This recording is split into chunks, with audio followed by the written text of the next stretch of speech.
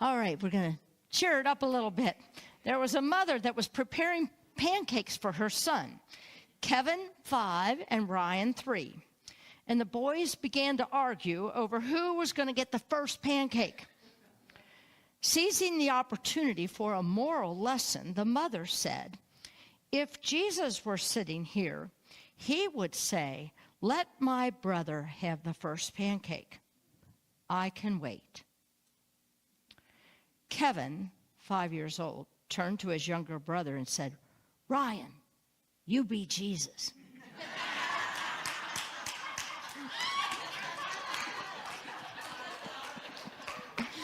Kevin's smart. Oh, goodness. I'm going to give you a quote from Isaiah, only because it reminds me of a verse that I want to remember when I'm stressed. Not that any of you came in here stressed. Yeah, let's try being a little late for church, right? We get a little stressed. We have stress. If you just are alive, right? You're breathing, you experience some stress at times. And this verse to me is important. When you pass through the waters, I will be with you. And through the rivers, they shall not overwhelm you. When you walk through fire, you shall not be burned, and the flame shall not consume you. Are you hearing this? You will not be burned. The flames, whatever that is out there, will not consume you, whatever that situation is. And out of the New International Version, it says, the final line says, keep calm and sparkle on.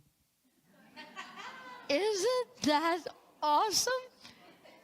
That is literally from Isaiah out of the NIV version. Keep calm and sparkle on. So, people, we have just been through a time. We have just been through, I don't think I'm going to go where you're thinking. We have just been through 40 days of Lent, right? Do you know what the number 40 represents in the Bible?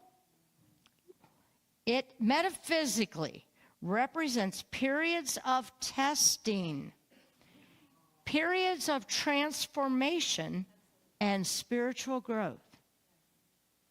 Remember those Israelites? They were in the desert for 40 years. 40 days of fasting, 40 days of Lent. 40 is a spiritual number. It doesn't mean exactly 40 days. It doesn't mean exactly 40 years. However long it takes for the transformation to take place. So we've just been through Lent, all right? That was on Sunday, okay? But we also, let's go Lent. Then we all spent that time on the road to the crucifixion, right? And then we had roll the stone away, resurrect to a new way of being. That was just last Sunday. Then, the very next day, Pope Francis made his transition. And that was the same day that the scientists came forth to acknowledge the new color that they found.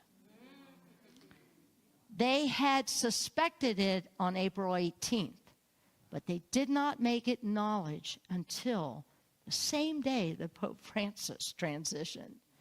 I'm getting chills even saying this, because then they're naming, some of these people are naming it, not Pope Francis' audience. Some of the scientists that found this color are calling it the color of divine presence. And then Tuesday, the 22nd, was Earth Day. What a week. And some of you know, but some of you may not know, that on Monday, the 20th, I left for a minister's retreat. Monday, Tuesday, Wednesday, Thursday. That's explaining why I'm tearing up about everything. I spent this with 14 ministers Martha Creek was gifting this entire retreat to us 14 ministers. We are in the hills of Kentucky down at Laredo, Sisters of Laredo, which is also down by the Abbey of Gethsemane, if any of you are familiar with that area. It is all nature. Ah! Funny you should say that. Martha had a breakout session where you could go to, what is the one down there? Yeah, there's so many of them. Maker's Mark, if they wanted to go on the Maker's Mark tour, or if you wanted to just stay put. I just chose to stay put. I can do that tour sometime when Michael's with me. I thought, no, and I would tell you, there's probably 5 that went and the other 9 or however many stayed back, because by Wednesday we were so immersed in this quiet. I have done many silent retreats. I've done them by myself. I've done them with groups. I have never, ever done a retreat with just ministers. And I can't even begin to tell you what that was like for me. And talk about many colors of the wind. Yeah, we're not all, kumbaya, right? I just want you to have a sense of where I was before I really go into what this title is about. Oh, I'll tell you what that title is. Anybody got it figured out? The doobies, dooby-dooby-doo? No, it is, if you do and be in balance, it's easy. I must give credit where credit is due. Michael came up with that. It's true. He said, I think I got a title for you, right? And he goes, he writes out these letters, and I'm like, doobies? Doobies? Wait a minute. That sounds like maybe back in the 60s, right? And no. If you balance do and be, then it's easy. I'm like, oh my God, that is a title. And this happened before I left on the retreat. So I named that title before I left. And then what was the retreat about? Doing and being in balance. Now, I would say I had a lot more being on the retreat, but Martha had enough facilitation times that we were doing. And that doing was sharing with each other how we are managing. One of the questions she said was, what is one of the greatest things you have done since you started ministry? Do you know how many of us said we didn't quit? I thought I was the only one that felt like that and wrote it.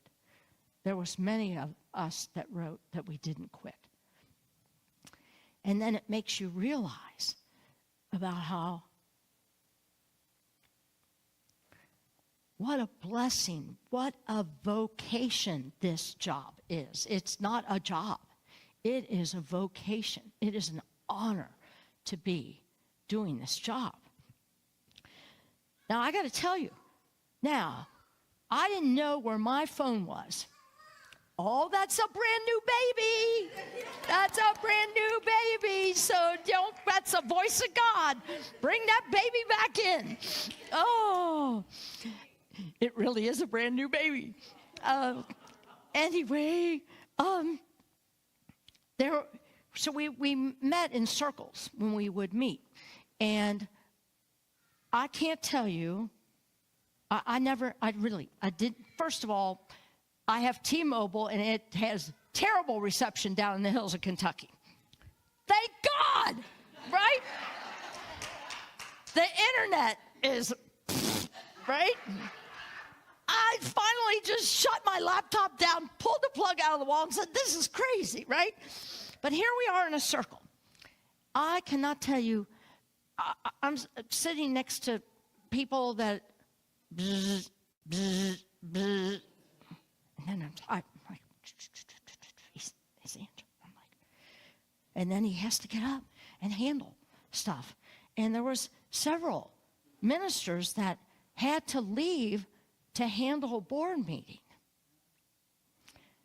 Now, you who have been brave enough to serve on the board with me have witnessed me missing a board meeting. Because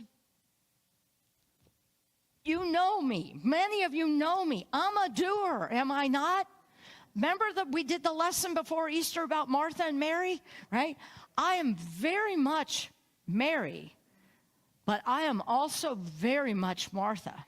Many of you do not see the Martha in me. Michael does, but many of you don't, because I'm at home sitting and on a porch or by our creek a lot.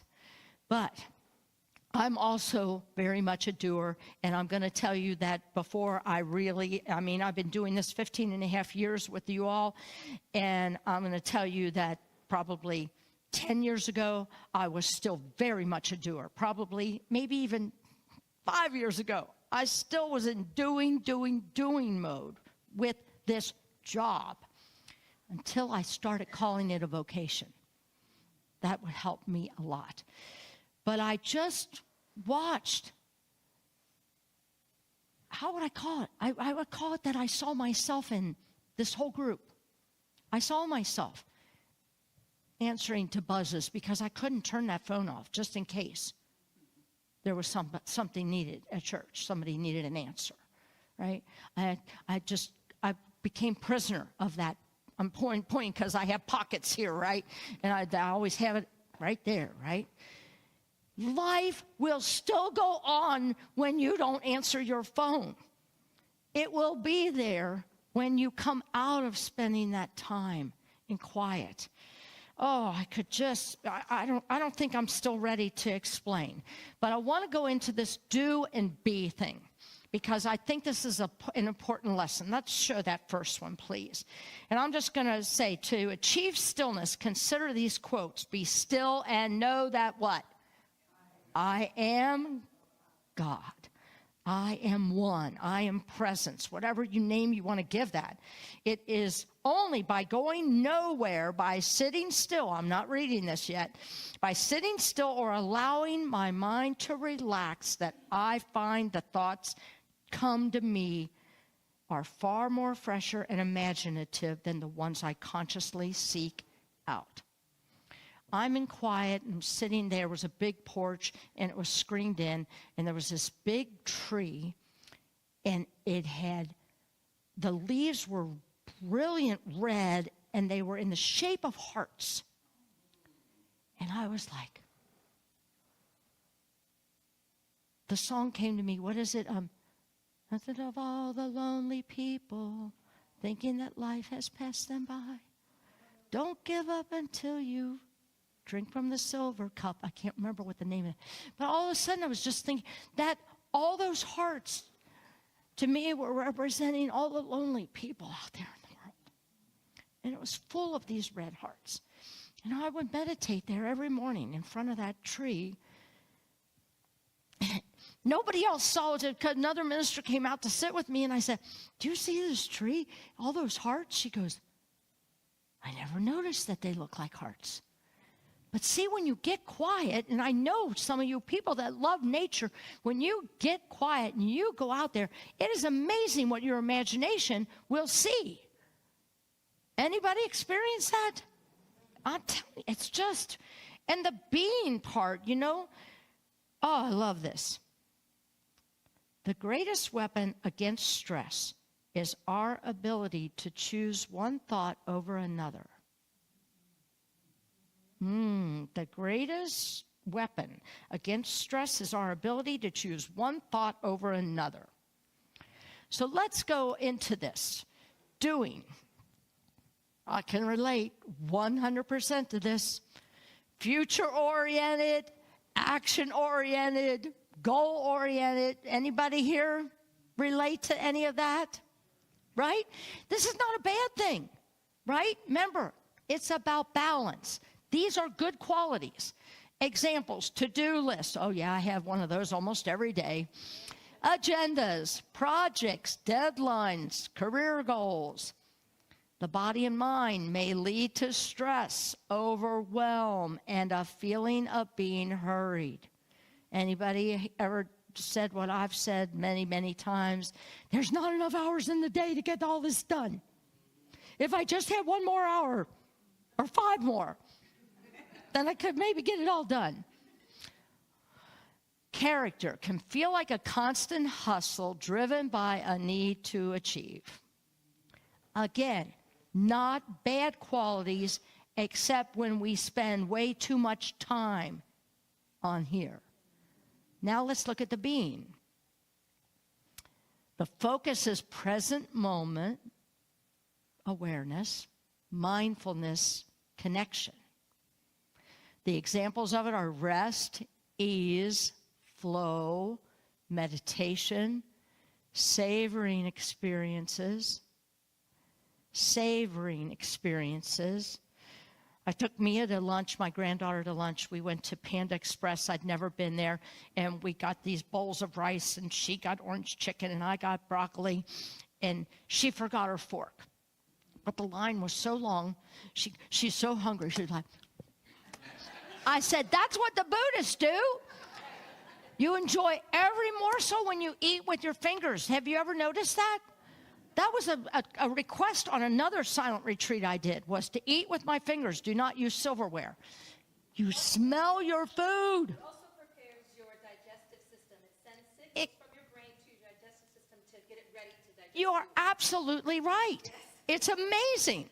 So anyway, I'll keep going here. Savoring experiences, right? Body, mind can lead to calmness, relaxation, and a sense of being grounded. The emphasis is intrinsic value of self-acceptance in the journey rather than the destination. Oh boy. How many times have I missed the journey because all I could focus on was the destination, the project, the timeline. I got to be ready for the board meeting, right? Character, more about the quality of experience and connection rather than external achievements. But it takes both, people. That's what I want to tell you. Let's go to that next slide there, please. Life is like riding a bicycle. To keep your balance, you must keep moving. If you spent all your time in meditation, then try riding a bike. You aren't going to go anywhere, are you? No. It takes movement and it takes stillness to have it balanced. You see me do this. I've been doing this for 15, 20 years. This is balancing the mind and the heart and the gut, bringing that balance into life. Let's look at that next one. I love that. Self-care is fundamentally about bringing balance back to a life that has grown imbalanced. A life that has grown imbalanced from too many commitments or responsibilities. Hello? Where's the mirror so I can talk to myself, right? Anybody realize that one? Who has a trouble saying no? Right? Martha's, one of her biggest things is, hell no. That's what she said often last week to all of us. Let your no be a firm no and your yes be a firm yes. Doesn't mean you say no to everything. It is about really checking in before you answer somebody who needs you for something. Because you've got to do it in integrity, and you've got to do it as it's really a true yes for you.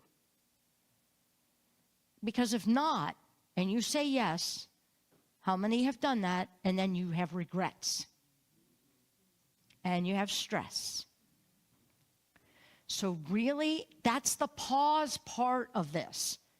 You know me, famous for pause, pray, pause some more, pray some more before you're ready to proceed.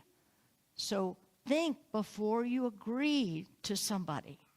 And sometimes the biggest gift you can give a person is to say no. Because you are, and then this was something I had to come to a realization. I found it in my notes this morning from the retreat. One of the regrets I had in my ministry. Most of you know, if you know me, you know I had a restaurant for 30 years. So I'm a business person. I'm a customer service person. I bring so many of those gifts to the ministry, right? And I took it all on.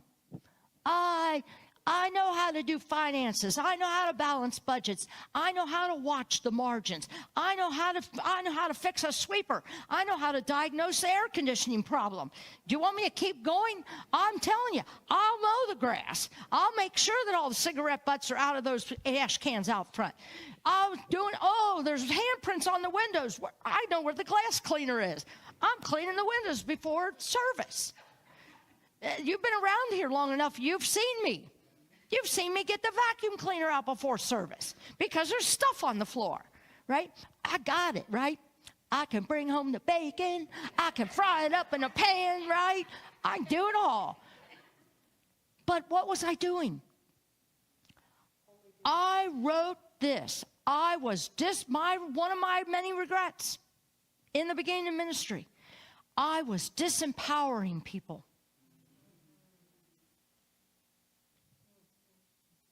We aren't even giving somebody a chance to figure it out on their own. And I think about with my kids. I think about with my grandkids. And it really makes me take pause that I can surely take care of that for them. But is that really the best? The best is letting them figure it out. Then they're empowered and they'll never forget it. I look at my teacher back there, right?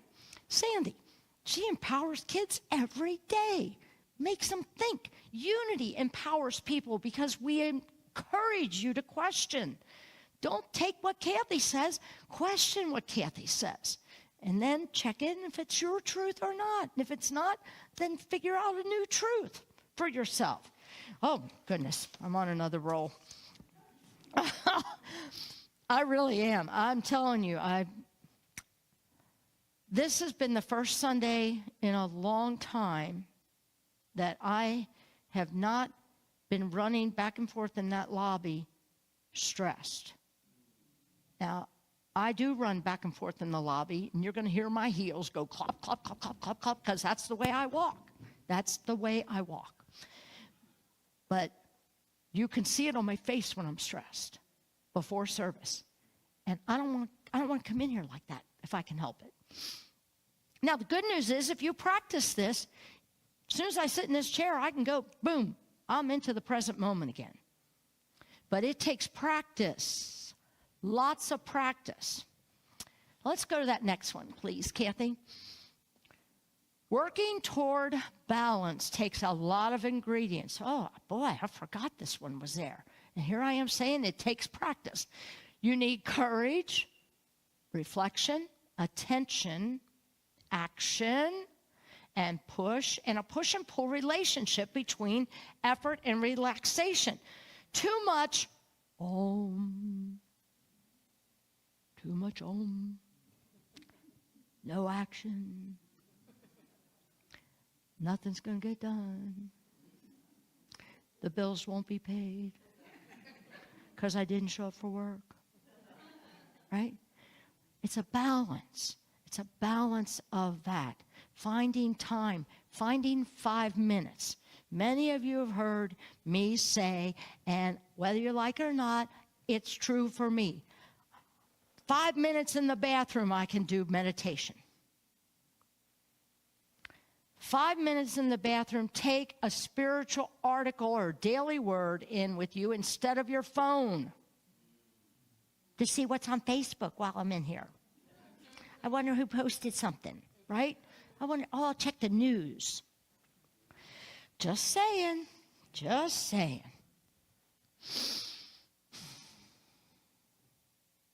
We have a labyrinth walk next Saturday.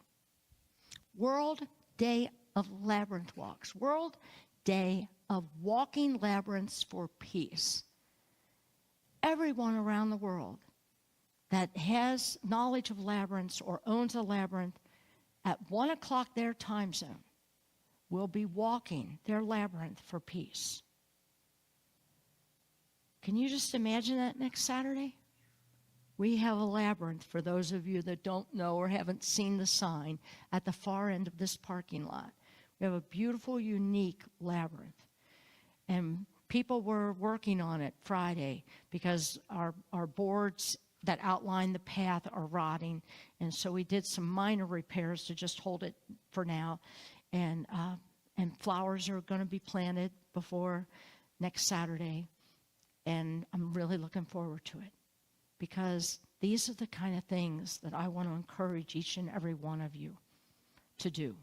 Take time today. We have a beautiful day. What's the rush? Think about it. When you get in your car, what's the rush? Life will keep on going, won't it? The concert will start whether I make it there on time or not. Michael's in a 75-piece band concert today. And, of course, I'm going to be there. But it's not worth me getting my stomach knotted up if I'm running behind. Calm yourself down. Those stomach acids are not good for you. They're really not. So do what's yours to do. And let's look at that slide, the final slide.